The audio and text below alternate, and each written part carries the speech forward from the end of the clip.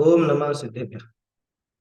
मंगलमय मंगल करण वीतराग विज्ञान नमो ताहि जाते भये अरहंतादि महान।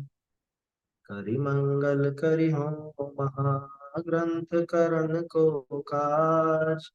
जाते मिले समाज सब पावे निज पद राज।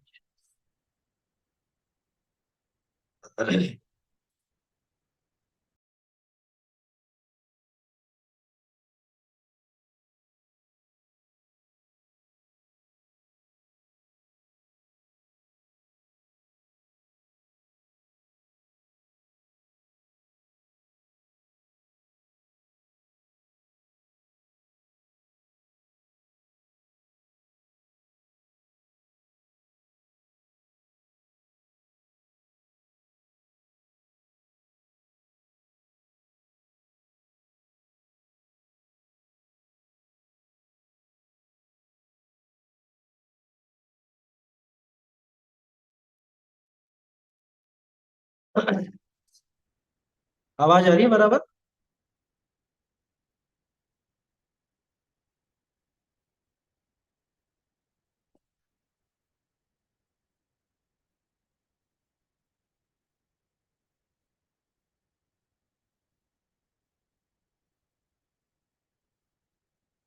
अच्छा।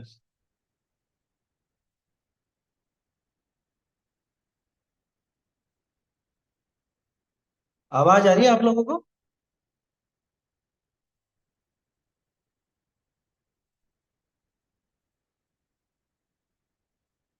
हाँ पंडित जी, बिल्कुल ठीक आ रही है।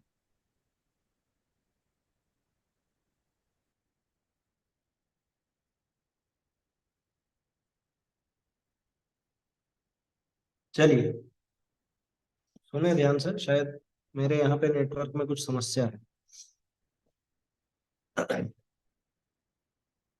मोक्षमा प्रकाशक में 8वें अधिकार पर अपनी चर्चा चल रही है।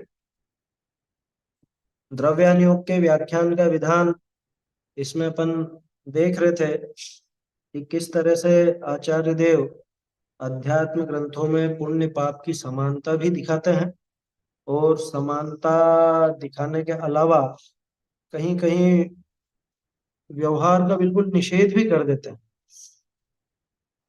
तो व्यवहार का निषेध क्यों की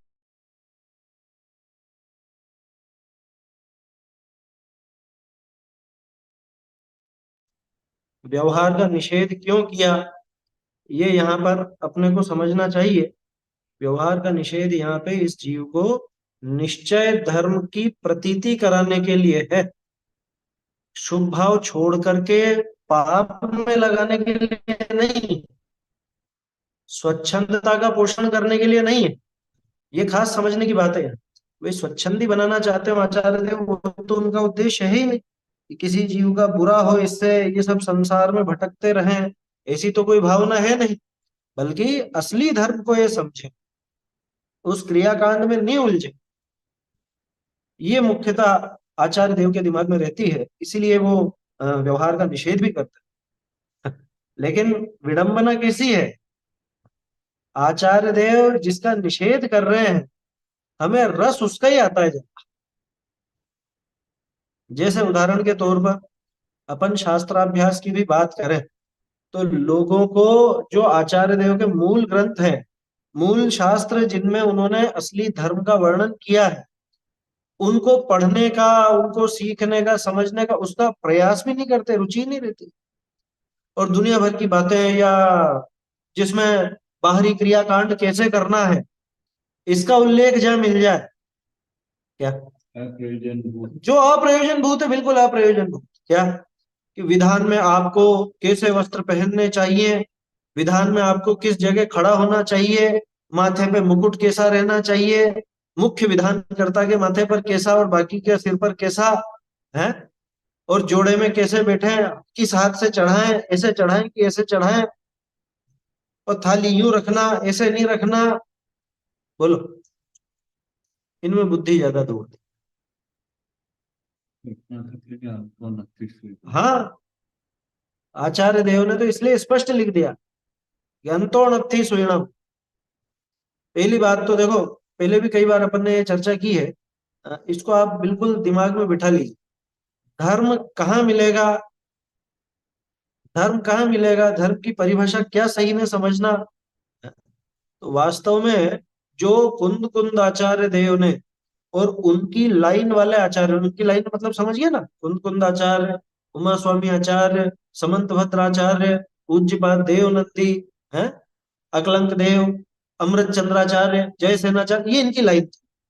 योगी इंदु देव, और भी है, हाँ और भी है, सबकी मैं वो नहीं कर रहा हूँ, मतलब लाइन समझ लो आप। अमित गति आचार्य, कि ये जो आचार्य हैं, इन्होंने जो कहा है धर्म को है। मैं बिल्कुल आपको एक सटीक परिभाषा बता रहा हूं। आपको अगर ढूंढना है, धर्म को समझना है, इन आचार्यों के पास जाओ। जो इन्होंने लिखा है उतना पर्याप्त है। इन आचार्यों के अलावा जितना कुछ मिलता है वो बाकी सब विस्तार, ज्यादातर अप्रयोजन होता है, ज्यादातर। है समझ में? ज्यादातर क्यों कह रहा हूँ, क्योंकि हो सकता है कुछ आचार्यों के नाम अपन भूल गए बोलना, है ना, और बहुत सौ तो भूल गए, अपन ने तो 5-6 आचार्यों के नाम लिए। लेकिन मैं यूं कह रहा हूँ, इस लाइन पर जो अपने को ग्रंथ मिलते हैं ना, वो मुख्य चीज है। द्रव्यानुयोग मुख्य है, सारे अनुयोग द्रव्यानुयोग की सिद्धि के लिए है। प्रथमानुयोग भी देखा था अपन ने कि प्रथमानुयोग इसको द्रव्यानुयोग मतलब अध्यात्म वाला है, तो उसको अपने उदाहरण स्वरूप भाषित होगा। माने वो अध्यात्म का उदाहरण आपको प्रथमानुयोग में मिलेगा, ये प्रथमानुयोग की उपयोगिता। जिसके हृदय में अध्यात्म उतरा, उसका बाहरी आचरण कैसा रहेगा, ये चरणानुयोग में मिलेगा। तो वो भी अध्यात्म को ही पुष्ट करता है। समझ में आ रही है बात? उहापोह करना, या समझ लो कुछ चर्चा करना, बहस करना, तो द्रव्यानुयोग को लेकर के करना। फालतू की अप्रयोजन भूत बातें जिनमें कुछ तंत्र निकलता नहीं है, उनको लेकर के माथा फोड़ी नहीं करना चाहता। अरे उसमें ऐसा लिखा, उसमें ऐसा लिखा। हाँ निषेध होता है, हाँ 292 पेज पर पढ़ेंगे अपन, दोष कल्पना के निराकरण में। क्या? हाँ, स्पष्ट लिख दिया टोडरमल जी। क्या? ये मोक्ष मार्ग का मूल उपदेश तो माने धर्म तो अध्यात्म शास्त्रों के सहारे। खास चीज वह सम्यक तो स्व पर का श्रद्धा होने पर होता है, हाँ। श्रद्धा द्रव्यानुयोग का अभ्यास करने पर ही होता है। इसलिए पहले द्रव्यानुयोग के अनुसार।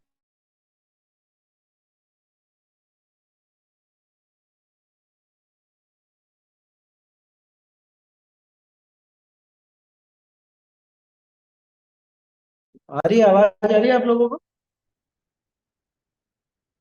ये आज बार बार कुछ गड़बड़ हो रही है, ये बीच बीच में थोड़ा ऐसा ही है, क्या करें, है ना। खैर, तो मैं तो ये कहना चाह रहा हूं कि द्रव्यानुयोग की मुख्यता रखनी चाहिए।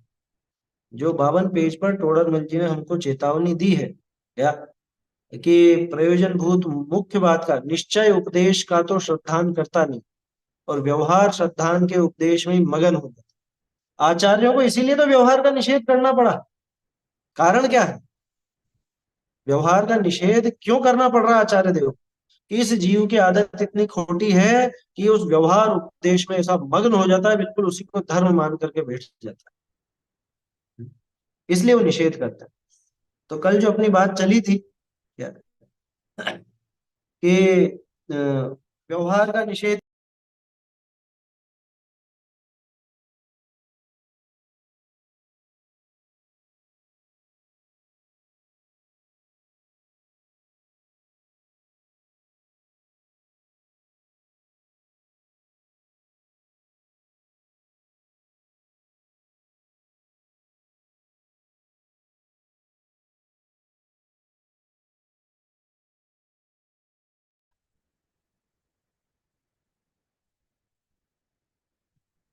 चलिए,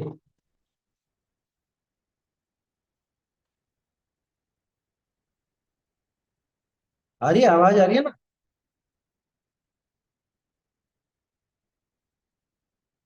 हाँ, आज ये थोड़ी समस्या चल रही है, पता नहीं क्या चक्कर है। क्या करें। वो तो मेरे यहाँ पे प्रॉब्लम है तो दोनों जगह रहेगी, यूट्यूब पे भी और जूम पे भी, क्योंकि मेरे यहाँ पे नेटवर्क में समस्या होगी, आ रहा जा रहा है बार बार। होगा कुछ, देखते हैं। देखिए, तो क्या कह रहा था मैं कि व्यवहार का निषेध किया, वहां पे वो प्रमादी नहीं होना उसको जान करके, बल्कि ये समझना है कि आचार्य देव यहाँ निश्चय का श्रद्धान कराना चाहते हैं। जो जीव केवल व्यवहार साधन में ही मगन है, उनको निश्चय रुचि कराने के लिए, वास्तविक धर्म की रुचि कराने के लिए ही आचार्य देव व्यवहार का निषेध करते हैं। ये बात अपनी हुई थी। उसके अलावा कल एक महत्वपूर्ण बात अपन ने की थी, सम्यक दृष्टि के भोगों को भी निर्जरा का हेतु कहा।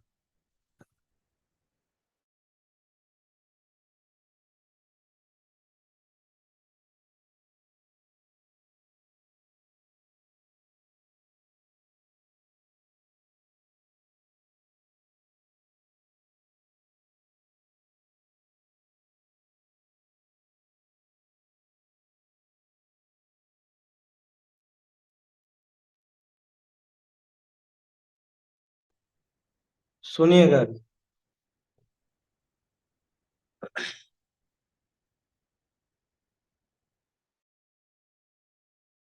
ये चर्चा अपन ने की थी कि ज्ञानी के जो भोग हैं वो भी निर्जरा के हेतु, उन्हें मतलब वो आप मूल प्रकरण से अगर आपने देखा होगा तो काफी कुछ क्लियर हुआ होगा, उस पर भी अपनी चर्चा चली थी कि सम्यक दृष्टि के जो भोग आदि हैं उसमें पिछले कर्म की तो निर्जरा स्वयं होती है, और नवीन कर्म का बंध नहीं होता। नहीं होता का मतलब क्या बिल्कुल नहीं होता?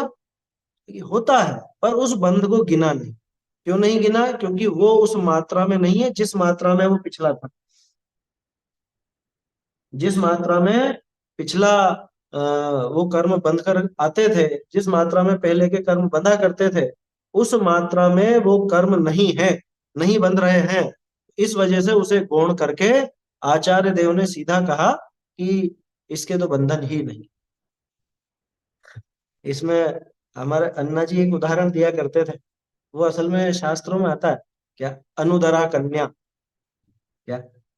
अनुदरा कन्या संस्कृत में ऐसा कहते थे, मतलब वो साहित्य में आता है। अनुदरा कन्या का क्या मतलब? उदर बोलते हैं पेट को, और अनुदरा कन्या मतलब कि इसके तो पेट ही नहीं। ये क्या, जब वो साहित्य में सुंदरता का वर्णन किया जाता है तो बोलते हैं ना भाई कमर पतली होनी चाहिए और ऐसा वैसा। तो किसी की सुंदरता दिखाने के लिए कहा जाता है कि अनुदरा कन्या।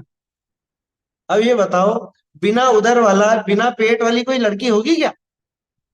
लेकिन वो बिल्कुल कम है, पतली कमर है एकदम, पेट पेट माने निकला हुआ नहीं, तोंद है ही नहीं जरा भी। तो इसके लिए कहा जाता था अनुदरा। समझ में आई बात? अब यहाँ सम्यक दर्शन की महिमा दिखाने के लिए आचार्य देव ने क्या कहा कि बंध ही नहीं है, निर्जरा का कारण है इसके भोग भी। समझ में आ रहा? क्यों? कि इसके जो बंध हो रहा है, वो तो होना और नहीं होना कोई विशेष बात नहीं, विशेष अंतर उसमें नहीं पड़ता। क्यों? क्योंकि अनंत संसार का बंधन तो मिट ही गया। अनंत संसार का बंधन कराने वाले मिथ्यात्व और अनंतानुबंधी, ये दोनों जो पहले थे वो इसके छूट गए। इस वजह से अब उस जाति का बंधन इसके नहीं। और ऐसा बंधन नहीं होने की वजह से आचार्य देव साफ साफ कह देते हैं कि इसके तो बंधन ही। अब खास बात ये, वो शक्ति किसकी? देखो, कल एक अपने आप में से किसी का मेरे पास मैसेज आया है ना, कि अपने भी कषाय बहुत मंद हो गई है पहले से, तो स्वाध्याय आदि करके तो अपने भी ये बात लागू होगी है, अपने भी बंधन कम हो गया होगा। आचार्य देव के कथन पर ध्यान दो। आचार्य देव वहां पे सम्यक दर्शन की महिमा दिखा रहे हैं।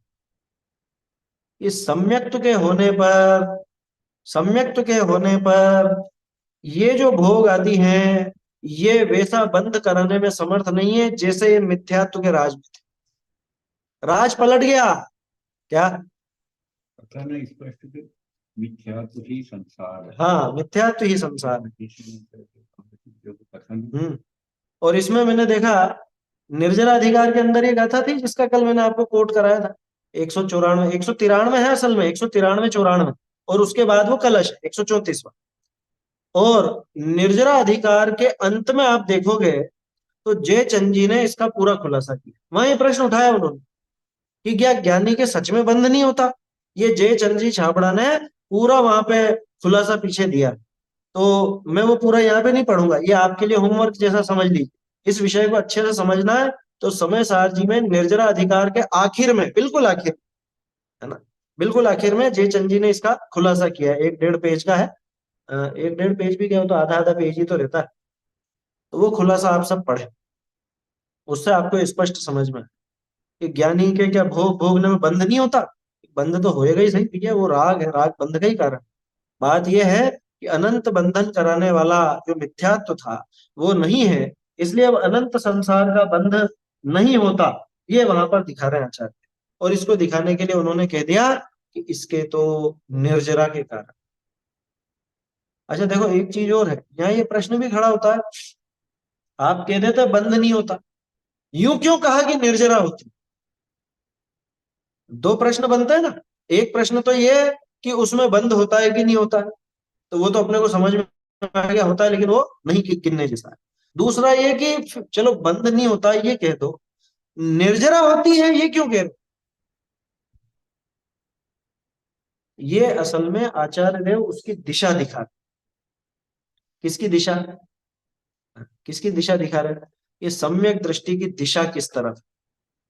सम्यक दृष्टि मोक्ष की तरफ आगे बढ़ रहा है ना, और मोक्ष माने सारे ही कर्मों का क्षय। तो ये जो आगे बढ़ेगा तो ये कर्मों को घटाता हुआ ही आगे बढ़े, कर्मों को घटाता ही जाए। वो जो गुण श्रेणी निर्जरा आप पढ़ते हो कर्णन योग में, वो सम्यक दर्शन के बाद ही तो है, उसके पहले तो है नहीं। तो वो इतनी इतनी निर्जरा होती जा रही है, आगे और होती जा रही है, और होती जा रही है। तो निर्जरा को इसीलिए आचार्य देव ने वहां कहा कि भोगते समय भी इसके निर्जरा है, और प्रैक्टिकली देखो तो भी निर्जरा है।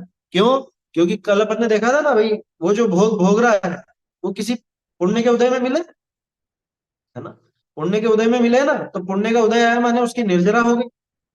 अथवा कुछ ऐसी प्रतिकूलता भी आई तो वहां पे भी निर्जरा हो रही है उसकी, तो इसके उदय चल रहा है। तो वैसी निर्जरा होने को तो अज्ञानी के भी, लेकिन उसके साइड में होने वाला जो नया बंध है वो नया बंध मात्रा में बहुत ज्यादा है, इस वजह से उसके निर्जरा नहीं गिनी जाती और इसके निर्जरा गिनी जाती। ऐसा समझना है ना। तो इस तरह की बात यहाँ पे कल अपन ने देखी थी, और आखिर में उन्होंने चेतावनी भी दे दी थी कि भैया विचार करने पर तो भोग निर्जरा के ही कारण सिद्ध होते हैं। क्या?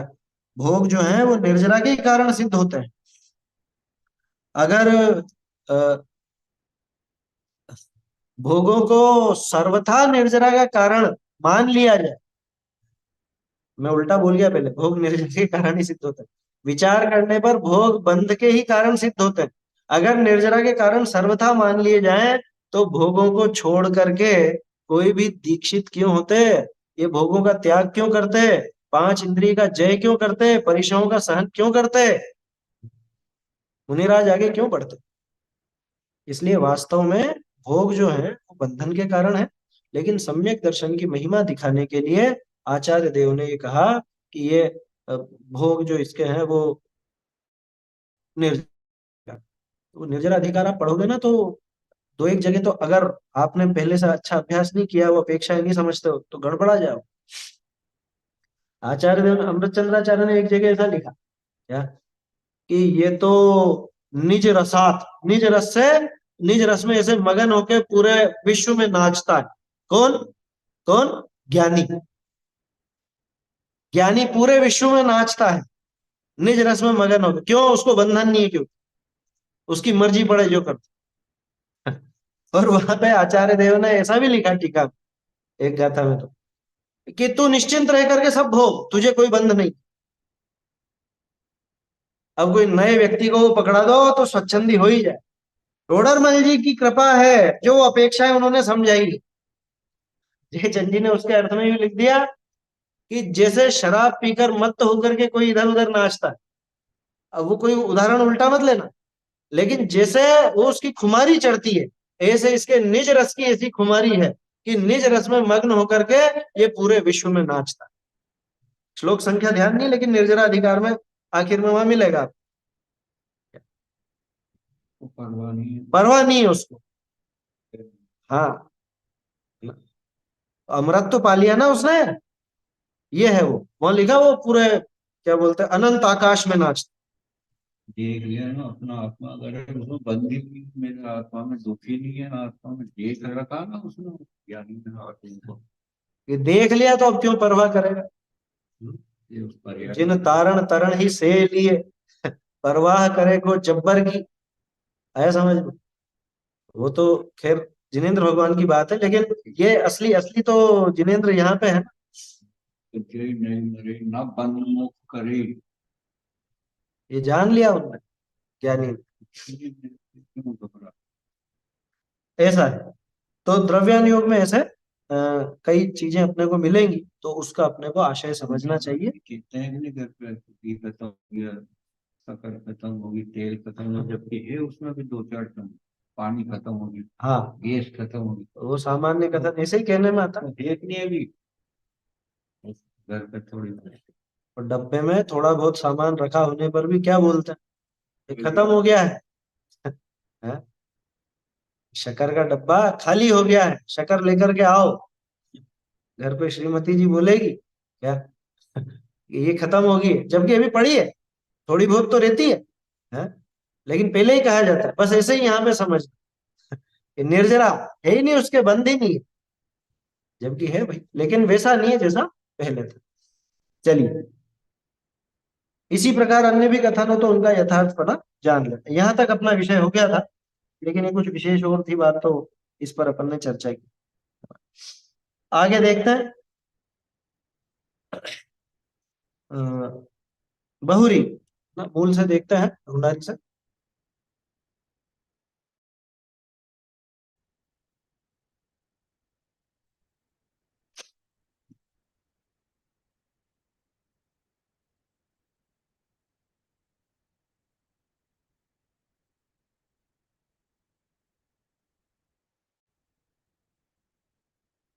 हम्म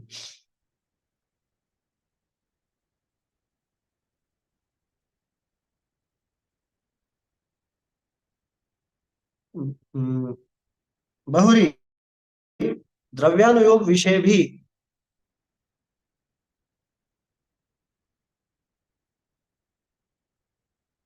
बहुरी द्रव्यानुयोग विषय भी चरणानुयोगवत ग्रहण त्याग करावने का प्रयोजन है।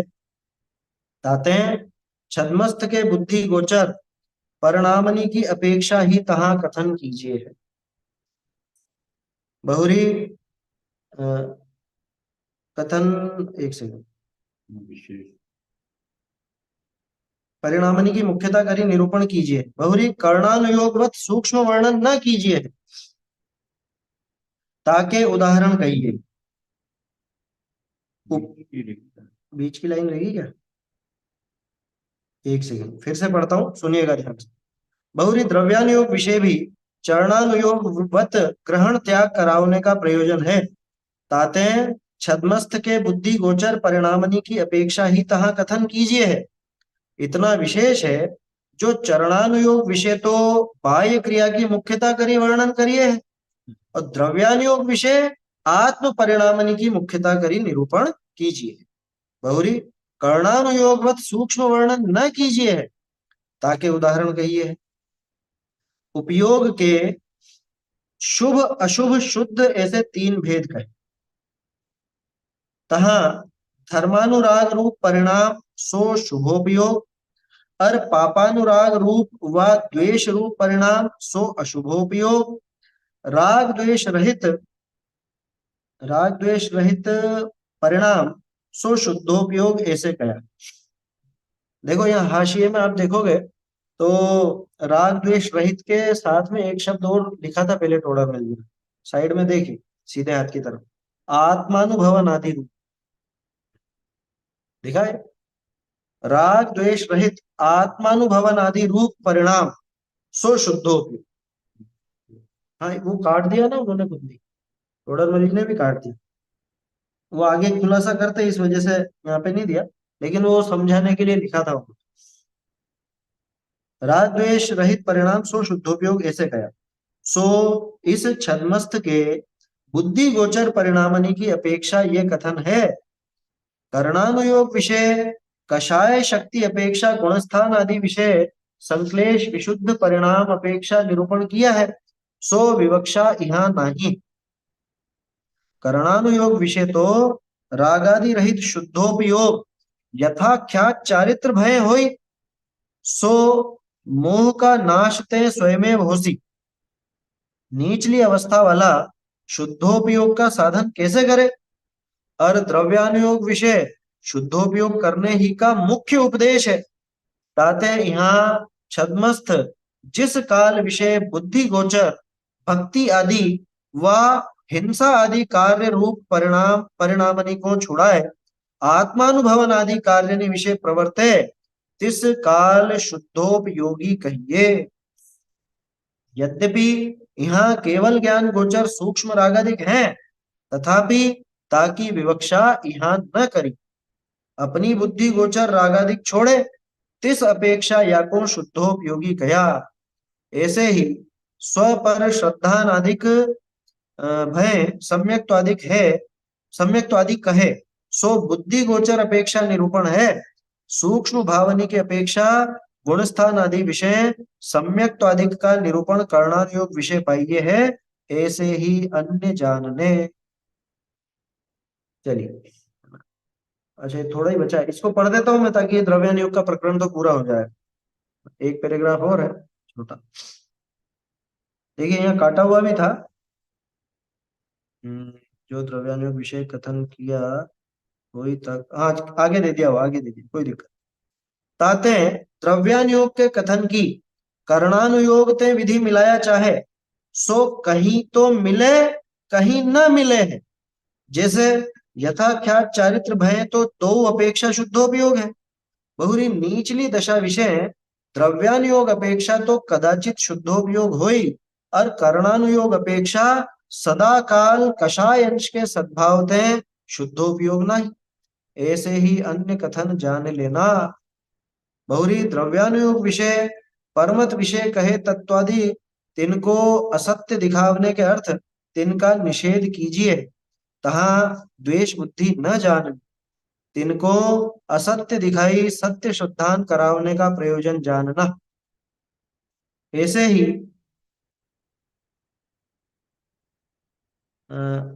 ही और भी अनेक प्रकार करी द्रव्यानुयोग विषय व्याख्यान का विधान, या प्रकार चारों अनुयोग के व्याख्यान का विधान कया। सो कोई ग्रंथ विषय, ये आगे का आ गया, ये आगे का विषय आ गया, इसमें ये विषय तो समाप्त हो गया द्रव्यानुयोग के व्याख्यान का। चलिए इस पर चर्चा कर लेते हैं पहले।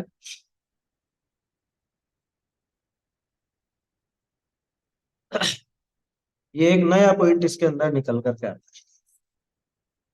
कौन सा? कि भाई द्रव्यानुयोग में भी ग्रहण त्याग कराने का प्रयोजन है। और ग्रहण त्याग की बात अपन ने ज्यादातर देखी चरणानुयोग, पर अंतर क्या है कि चरणानुयोग और द्रव्यानुयोग इन दोनों की जब बात चलती है तो चरणानुयोग में मुख्यतः बाहर की तरफ से और द्रव्यानुयोग में मुख्यतः अपने भावों की तरफ से। तो ग्रहण त्याग की बात भी होगी ना, तो वो उन भावों के ही ग्रहण और भावों के ही त्याग की बात होगी। या जैसे चरणानुयोग जब कहेगा हिंसा नहीं करना, तो वहां पे बात आएगी कि बाहर में किसी जीव का घात नहीं करना, उसको दुख देना। द्रव्यानुयोग जब कहेगा हिंसा नहीं करना, तो यहाँ बात आएगी कि भैया तू राग द्वेष मत कर, है ना, ये भाव छोड़। क्योंकि पर द्रव्य में तो ग्रहण त्याग चल ही नहीं सकता जीव का, है? त्यागोपादान शून्य तो शक्ति सहित है ना अपन, त्यागोपादान शून्य तो शक्ति पड़ी है, इसलिए पर द्रव्य में तो ग्रहण या त्याग हो ही नहीं सकता।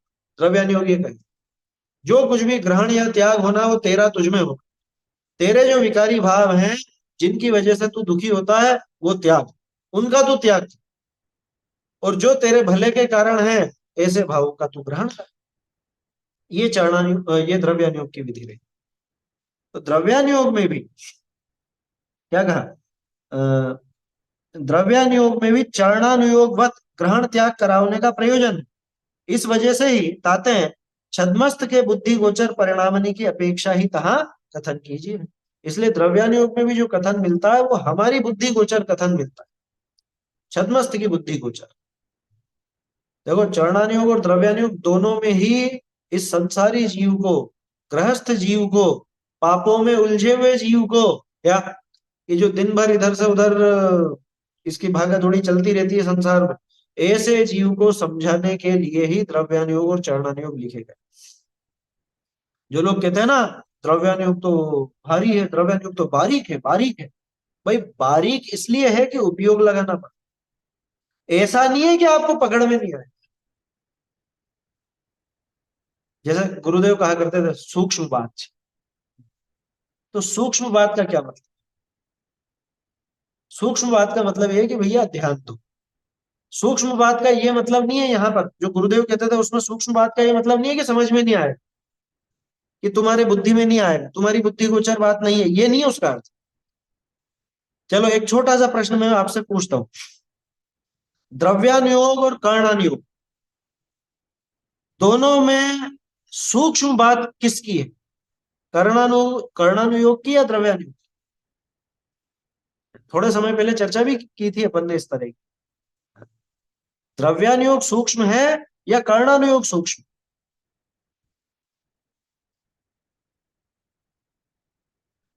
देखो कर्णानुयोग का विषय जो है वो केवल ज्ञान गम्य है, वो हमारे ज्ञान में नहीं आता, है ना।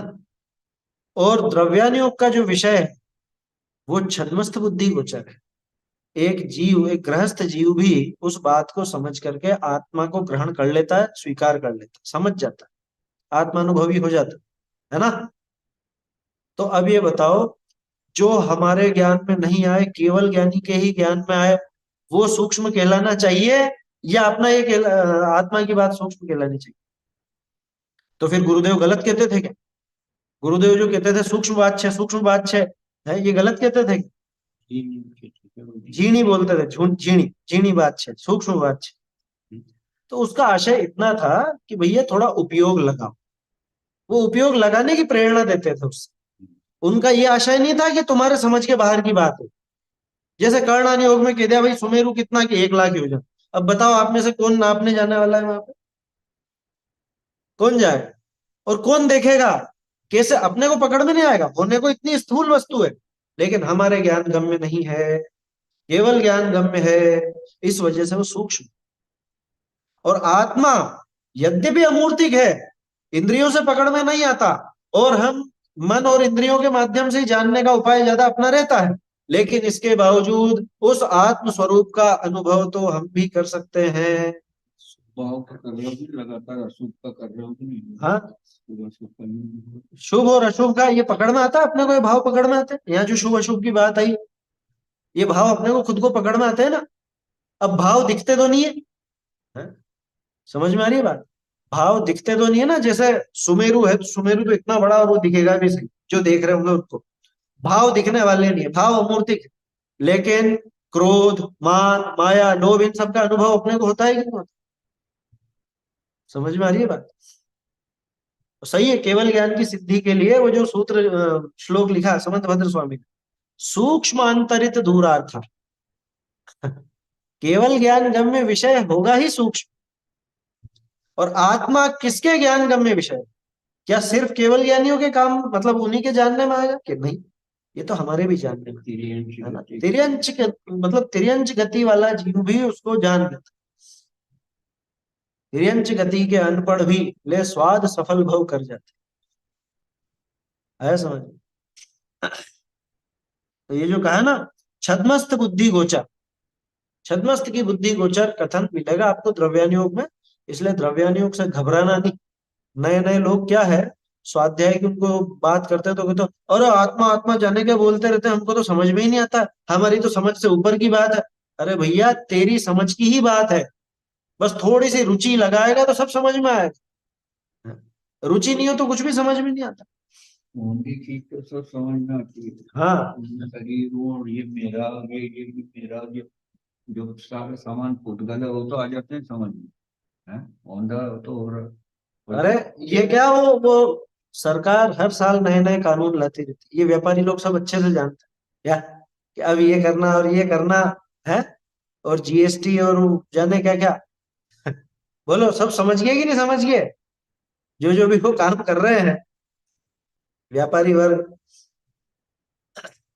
हाँ ये भी एक बात, समझ में नहीं आया ये तो समझ में आया ना। तो अभी अभी समझ में नहीं आया, लेकिन समझने की कोशिश करूंगा तो आ जाए, रुचि की बात है। तो द्रव्यान योग में छद्मस्त के बुद्धि गोचर कथन, इसलिए घबराने की जरूरत ही नहीं। और शुरू में जो मैंने आप लोगों से कहा, धर्म वास्तव में क्या है, कि कुंद कुंद आचार्य देव की लाइन में जिन आचार्यों ने जो लिखा है, धर्म वही है, इसके अलावा बाकी धर्म नहीं। बाकी कितनी भी आप आपस में बहस कर लो कि ये काम ऐसे करना, ये वैसे करना है, पूजा ऐसे करनी है, विधान ऐसे करना, और उसमें ये करना, और ये वस्तु ऐसे खानी या ऐसे नहीं खानी, और इसमें ये दोष और उसमें, बाकी में दम नहीं। जो महत्वपूर्ण बातें थी कुंद कुंदाचार्य देव दे गए हैं, महत्वपूर्ण वही है। क्या कहते हो, हाँ, कुंद कुंद आमना ऐसे ही थोड़ा है गलत। तो मानो।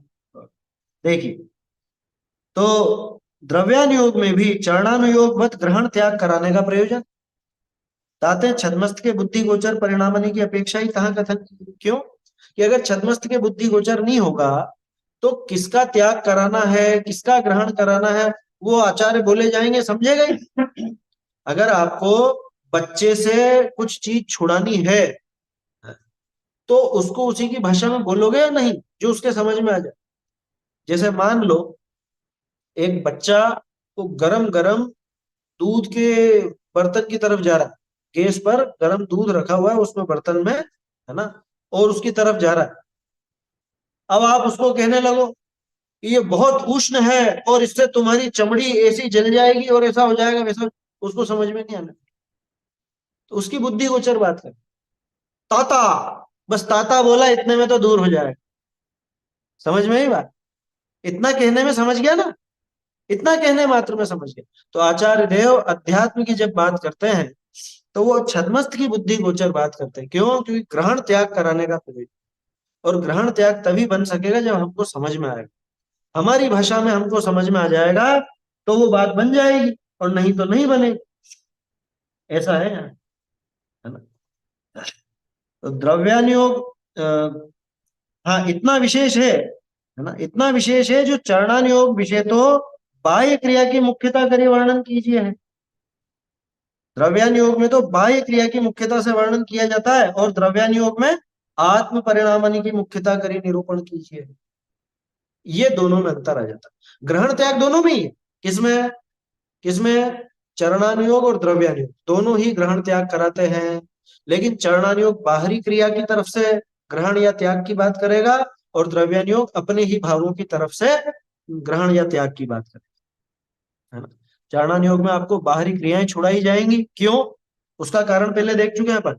आचार्य देव उन क्रियाओं के माध्यम से इसके परिणामों तक जाते हैं, ऐसा आया था ना चरणानुयोग के व्याख्यान का विधान, वो क्रिया से परिणामों को पकड़ते, है ना, वहां ऐसी बात। और द्रव्यानुयोग में सीधे ही आचार्य देव परिणामों के ऊपर कथन करते हैं सारा का सारा, कि तुझे ऐसे परिणाम करने या ऐसे परिणाम नहीं करने। देखिए, द्रव्यानुयोग विषय आत्म परिणामनि की मुख्यता करी निरूपण कीजिए। बहुरी, अच्छा, चरणानुयोग जैसा तो है, पर क्या कर्णानुयोग जैसा भी है कि नहीं, कर्णानुयोगवत सूक्ष्म वर्णन न कीजिए। द्रव्यानुयोग में आपको कर्णानुयोग जैसा सूक्ष्म वर्णन नहीं मिलेगा। सूक्ष्म इस अपेक्षा से तो कह लो, जैसा गुरुदेव कहा करते थे ना, ये बारीक है, थोड़ा सा उपयोग लगाना, इस अपेक्षा से तो सूक्ष्म कह लो। लेकिन कर्णानुयोग जैसा सूक्ष्म नहीं है, कि जिसको आप पकड़ ही नहीं सको, जिसको आप खुद अनुभव नहीं कर सको, वैसी बात नहीं। ये कथन प्रथमानुयोग जैसा कथन सामान्य नहीं, इसलिए हाँ, जीना थे बारी। जैसे प्रथमानुयोग में तो कहानी है, जबकि वास्तव में अपन देखें तो प्रथमानुयोग कथन में सरल है, ग्रहण में कठिन है। ग्रहण में कठिन क्यों है, ये अपन ने पहले देखा था कि उसमें से तत्व निकालना हर एक के बस की बात नहीं, कहानियों में मगन होकर के रह जाता।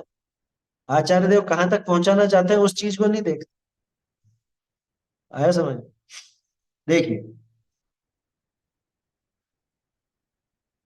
आत्म परिणामों की मुख्यता से निरूपण है, कर्णानुयोग जैसे सूक्ष्म निरूपण नहीं कीजिए।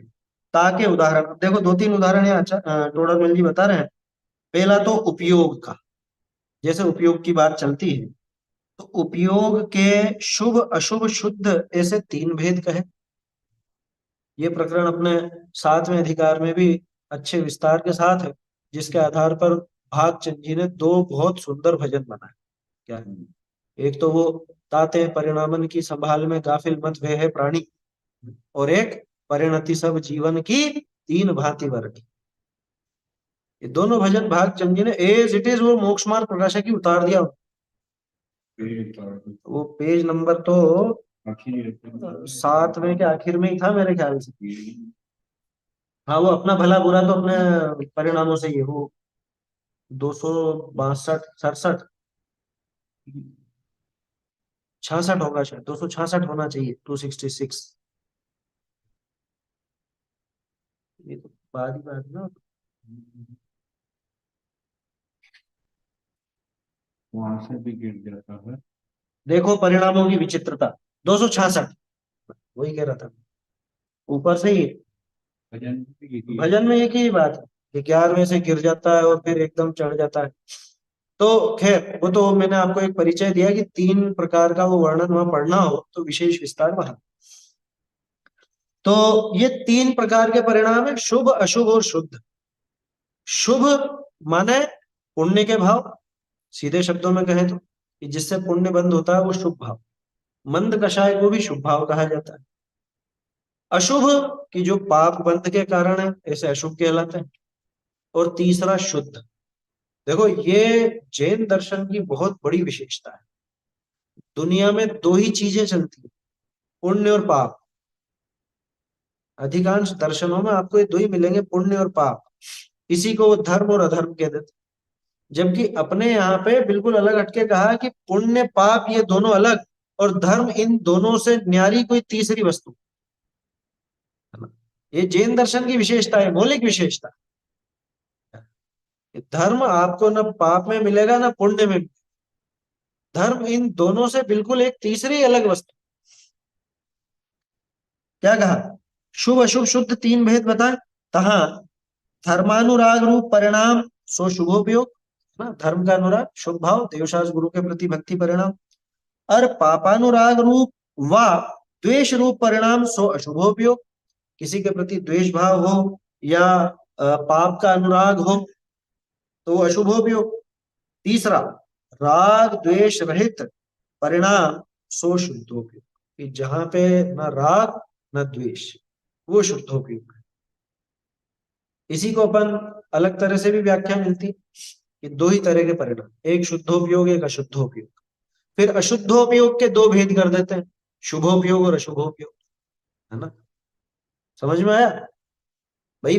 दो करें तो शुद्ध और अशुद्ध, और अशुद्ध के अंदर ही दो बैठे हुए हैं, शुभ और अशुभ। माने शुद्ध तो इनसे न्यारा ही हो गया। शुद्ध परिणति जो धर्म रूप परिणाम है वो तो इनसे न्यारे ही है। आ रहा है समझ में? अब देखो, ये तो बात हो गई काहे की? ये बात है द्रव्यानुग की। द्रव्यानुग इसी तरह से व्याख्या करता है, शुद्धोपयोग, शुभोपयोग, अशुभोपयोग। सो इस छद्मस्थ के बुद्धि गोचर परिणामनी की अपेक्षा ये कथन है। क्या मतलब? छद्मस्थ को जो पकड़ में आ सके ऐसे शुभ अशुभ शुद्ध यहाँ पे दिखाए हैं। कर्णानुयोग अपेक्षा देखने जाओगे तो वो पकड़ में नहीं आएंगे। कर्णानुयोग विषय कषाय शक्ति अपेक्षा गुणस्थान आदि विषय संक्लेश विशुद्ध परिणाम अपेक्षा निरूपण किया है, सो विवक्षा यहाँ नहीं है। क्या मतलब? मतलब ये है, कर्णानुयोग में कषाय शक्ति देख करके शुभ अशुभ शुद्ध कहे जाए। वहां पे आपको ऐसे भी प्रकरण मिलेंगे जहां पे शुद्धोपयोग 12वें के नीचे है ही नहीं, ऐसा भी कहते। क्या 12वें के नीचे है ही नहीं, ये भी कह दिया जाए? अब ये बताओ ना, उलझाड़ कहाँ पे होती है? बहुत से लोग जो बहस करते हैं ना, चौथे गुण स्थान में शुद्धोपयोग नहीं है, वो क्या तर्क देते हैं? 7वें में, वो 7वें की कहते हैं। चौथे में नहीं, सातवें में। भैया अगर तुम ये ऐसी की बातें करना चाहते हो तो फिर हम कर्णनियोग की ये बात उठा करके लाए कि सातवें में भी नहीं है, फिर तो सीधे 12वें में है। क्यों? क्यों नहीं, क्यों 11वें 12वें में कह रहे हैं, उसके पहले क्यों नहीं कह रहे? कषाय शक्ति मौजूद है ना, कि जहां कषाय शक्ति थोड़ी भी है वहां पे शुद्धता हो ही नहीं सकती। ये भी एक अपेक्षा है कर्णानुयोग की। कर्णानुयोग कषाय शक्ति देख करके कथन करेगा, तो कषाय शक्ति देख करके वो आपके द्रव्यानुयोग वाले शुभ अशुभ शुद्ध लगाने जाओगे तो वो नहीं लगे। समझ में आ रही है बात? क्योंकि वहां शुद्ध नाम किसको दिया? कषाय की जरा भी शक्ति बाकी ना हो उसको शुद्ध का, बाकी को अशुद्ध का। अब बोलो कहां पे पहुंचोगे, सातवें में, आठवें में, कौन से गुणगान पर लागू करो? तुम कह रहे हो चौथे में नहीं होता, हम तो कह रहे हो सातवें में भी नहीं होता। जाओ, हम तो कहेंगे सीधे 11वें में होगा, 12वें में होगा। और 11वें को भी क्यों गिना है? क्योंकि वो वापिस गिरने वाला है। फिर तो हम 12वें की कहें। समझ में आता है? तो ये समझ में आई बात। कर्णानुयोग में क्या है, जैसी अपेक्षा आपको द्रव्यानुयोग में शुभ अशुभ शुद्ध भावों की मिलेगी, वैसी अपेक्षा कर्णानुयोग में नहीं मिलेगी। कर्णानुयोग केवल ज्ञान गम्य कथन करेगा, वहां पे वो कषाय शक्ति देख करके कथन करेगा। कषाय शक्ति से एक चीज और समझ लो, जैसे मिथ्या दृष्टि जीव, ठीक है ना? अब मिथ्या दृष्टि जीव है और इधर सम्यक दृष्टि जीव है। मिथ्या दृष्टि जीव के अपन जानते हैं कि 4 कषाय चौकड़ी मौजूद है, ठीक है? और सम्यक दृष्टि के चौथे गुण स्थान वाला लो तो 1 कषाय चौकड़ी तो गई। अब वो मिथ्या दृष्टि पूजा पाठ आदि करता है ना? और इधर ये सम्यक दृष्टि विषय भोग आदि में लगा हुआ है।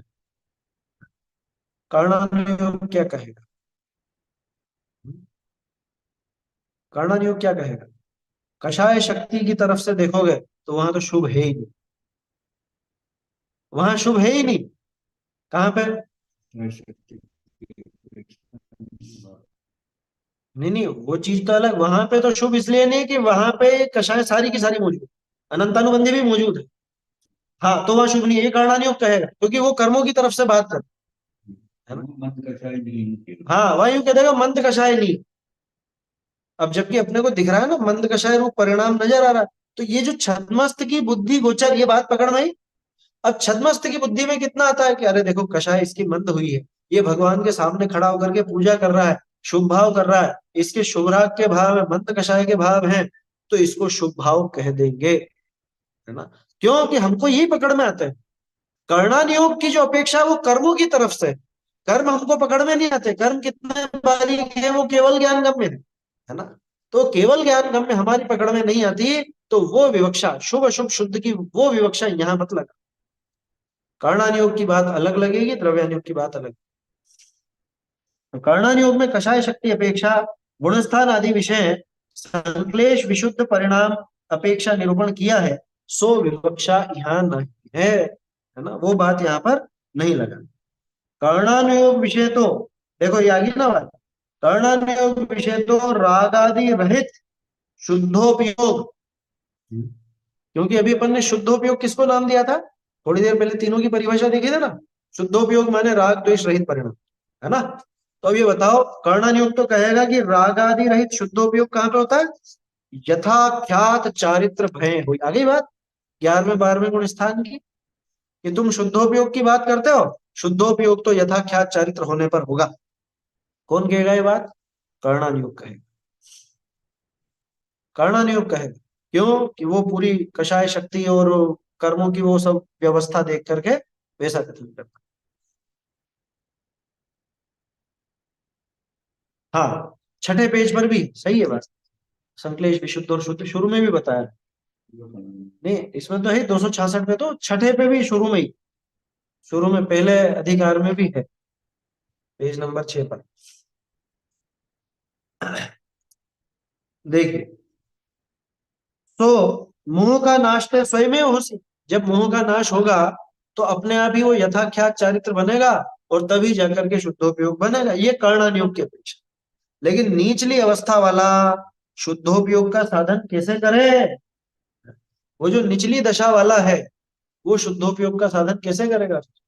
अगर आप कर्मों की अपेक्षा लगाओगे या कषाय शक्ति की बात करोगे जो कि केवल ज्ञान गम्य विषय है, तो फिर वो निचली दशा यानी चौथे गुण स्थान वाला, पांचवें गुण स्थान वाला, ये आत्म स्वरूप के अनुभव का शुद्धोपयोग का उपाय करें कि नहीं करें? और आचार्य देव फिर प्रेरणा किस बात की देंगे? बात समझ में आ रही है? तो वो जो प्रेरणा दी जाती है और आत्मानुभव करने के लिए कहा जाता है, वो यही देख करके कहा जाता है कि भैया तुम राग द्वेष को बुद्धिपूर्वक छोड़ने का उपाय करो, आत्म स्वरूप में लीन हो, तो तुम्हें शुद्धोपयोग है। ये द्रव्यानुयोग का कथन।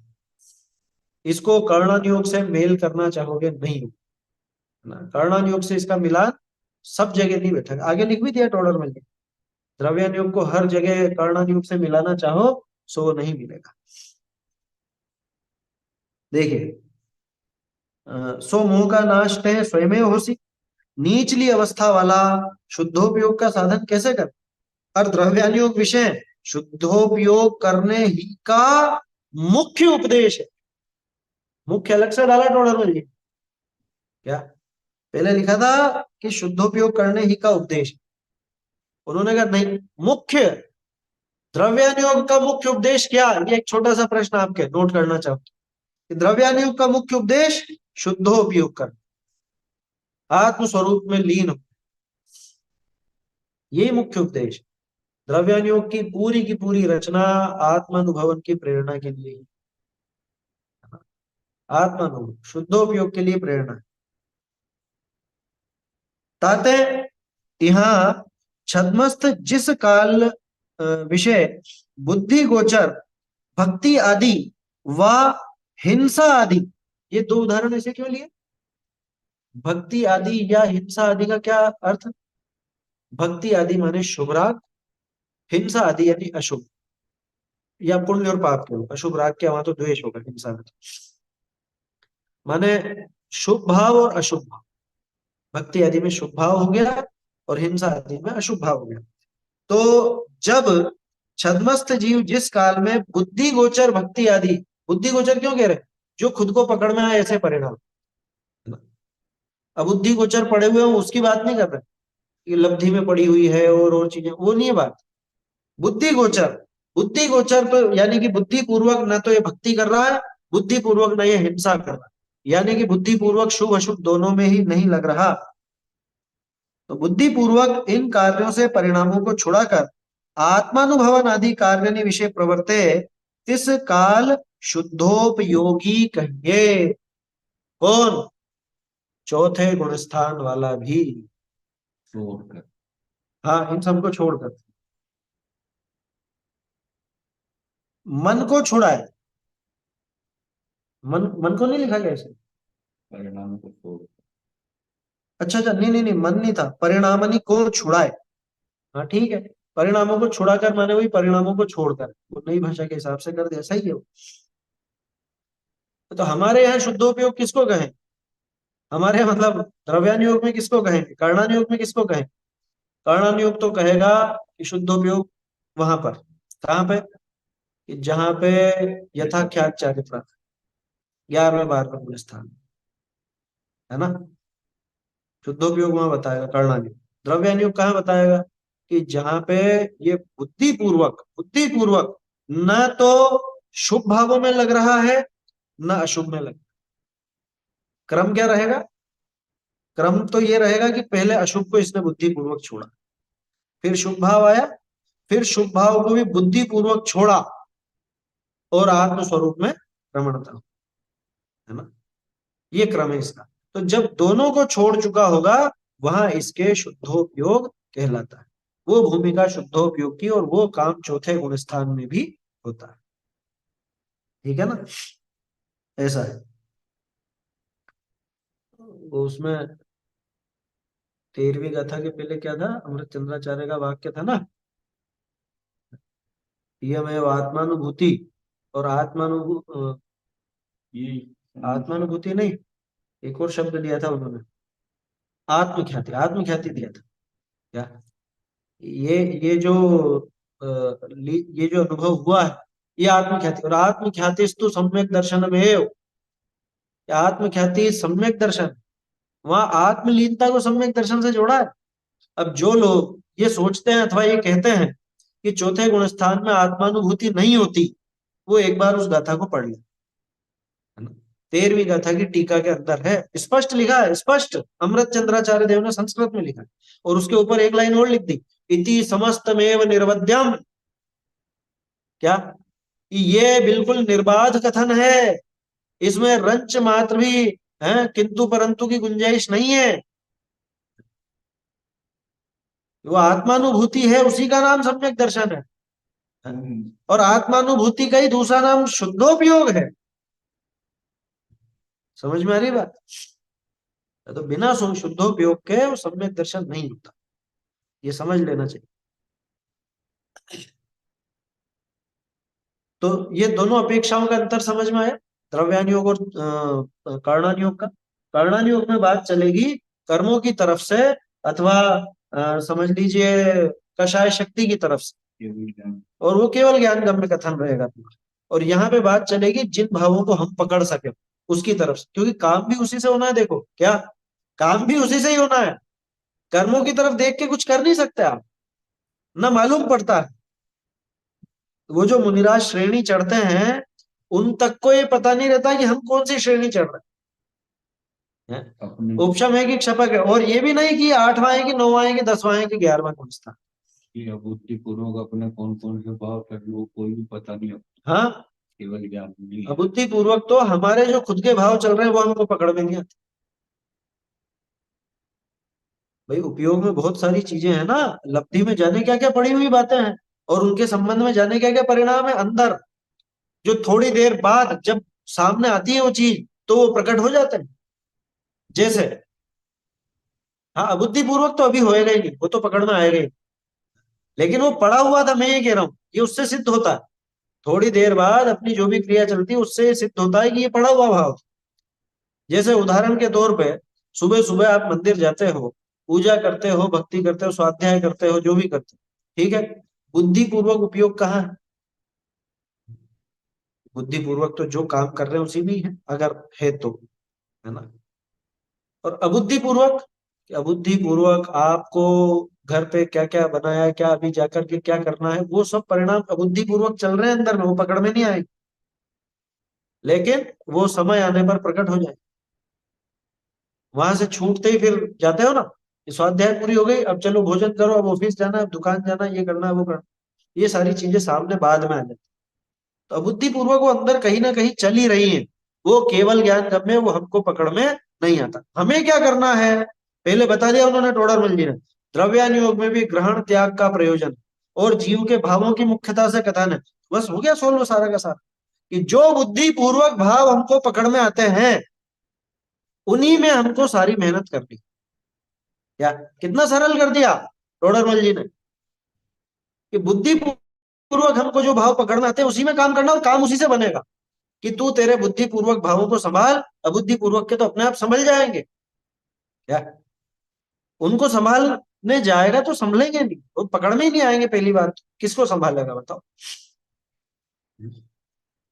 तो बुद्धि पूर्वक दिख रहा है अशुभ भाव हो रहे हैं, अशुभ भाव पकड़ में आ रहा है, छोड़ो इसको, शुभ भाव की तरफ बढ़ो।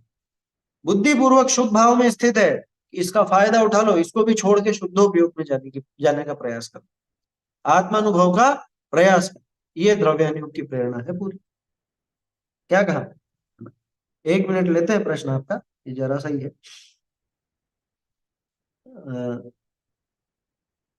देखो ये आगी ना बात, वो साधन कर नहीं सकते अपन, इसलिए तो जिस काल विषय बुद्धि गोचर भक्ति आदि व हिंसा आदि कार्य रूप परिणामनि को छुड़ाए आत्मानुभवन आदि कार्य विषय प्रवर्ते, तिस काल विषय शुद्धोपयोगी कहिए। उस काल में उसको शुद्धोपयोगी कहा जाता।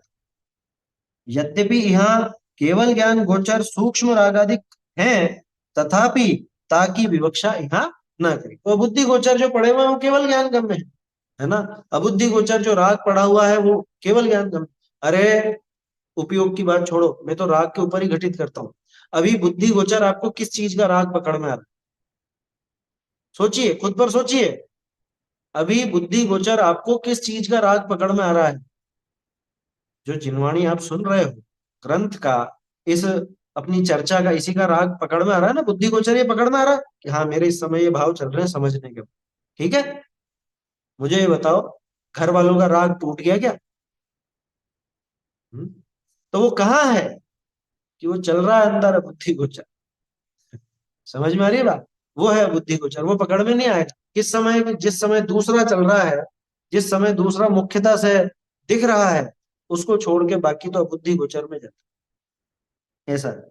तो उसकी यहाँ पे विवक्षा नहीं लेनी।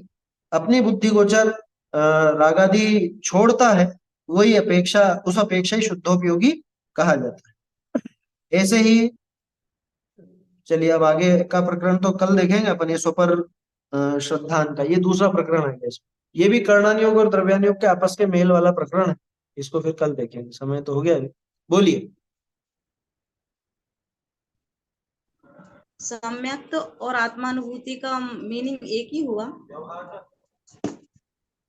देखो, शब्द का अर्थ देखने जाओगे तो एक नहीं दिखेगा, लेकिन आत्मानुभूति के बिना सम्यक दर्शन नहीं होता, ये बात समझ। सम्यक दर्शन माने सम्यक श्रद्धा, यानी कि आत्म स्वरूप का सही अहम, क्या अपने आत्म स्वरूप में अहम करना, श्रद्धा का काम इतना ही, उसका नाम सम्यक दर्शन। और आत्मानुभूति में आत्मा का अनुभव होगा, तो अनुभव जिस समय होता है उसी समय वो श्रद्धान होता है, उसी समय वो अनुभव होकर के वो अहम बैठता है।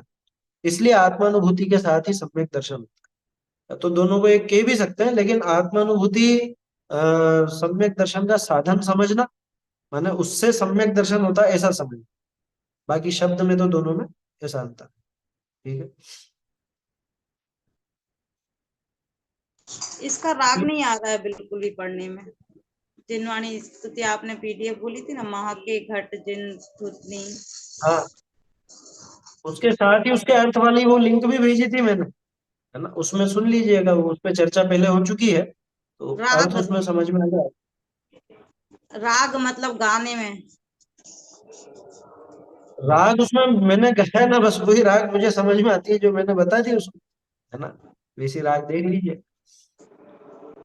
चैतन्य का स्मरण प्रतिक्षण ही करो रे, भव के अनंत दुख को क्षण में हरो रे, अक्षय अनंत निज सौख्य निधान पाओ, गाओ अरे नित इसी के गीत गाओ, निज निधि निज में बताई यह अनंत उपकार उपकार है। है, इसके लिए जिनवाणी माँ को वंदना शतवार है, वंदना शतवार है। जिनवाणी माता की जय हो, जय हो, जय हो। सभी को सादर जय जिनेन्द्र।